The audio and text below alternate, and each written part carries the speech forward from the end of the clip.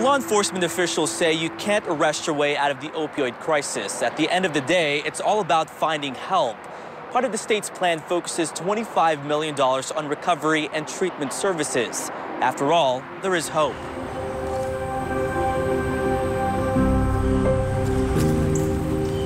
Outside Turning Point.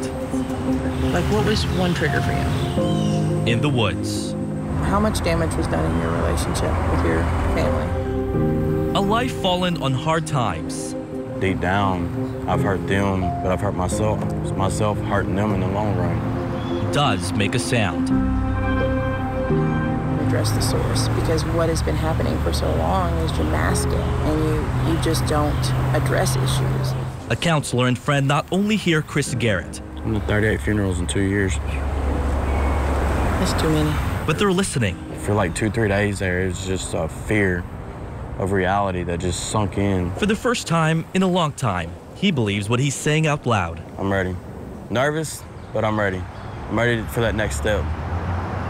Like many of his friends, heroin took a hold of his life and forced him out on the streets.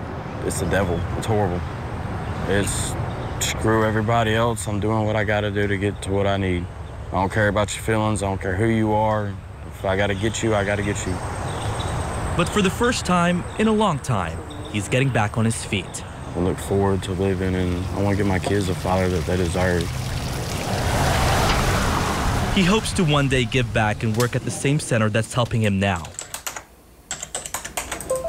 Much like Cheryl Kuhn. I was like I was a zombie. I had no idea what was going on. Her near-death experience overdosing on fentanyl 4 years ago. I know it sounds kind of surreal, but, you know, people say when they die, they see a bright light. That's real. Had her soul screaming for help. I remember praying for God to please let me wake up and I wouldn't do this again. My kids could not find me like this. Luckily, the people at Buffalo Valley listened and helped. The center helps treat opioid withdrawal symptoms with another opioid, Suboxone. After a successful recovery, she is now an employee there. This is me the week before I went to treatment at Buffalo Valley. And I look at that picture and I see nothing. I see a sad, scared, hopeless woman. To help others in their journey, Kuhn was certified to become one of 11 so-called recovery navigators in the state. The job is simple. Help navigate someone's life after an overdose. Once they're able to consent, the doctor will tell them, you know, hey, would you like to speak to someone? Are you wanting help? Are you looking for help?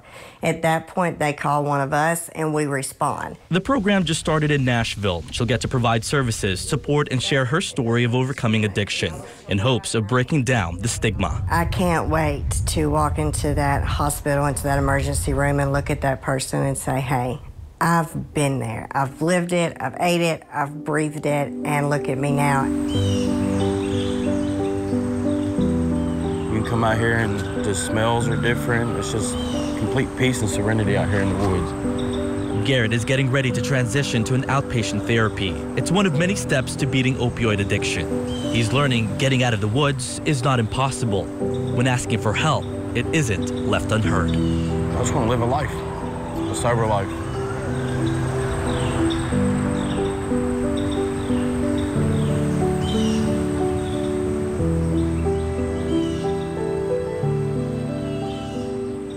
If you or someone you know is battling opioid addiction, there are different options to get help. One of the easiest ways is to call the Tennessee Red Line at 1-800-889-9789.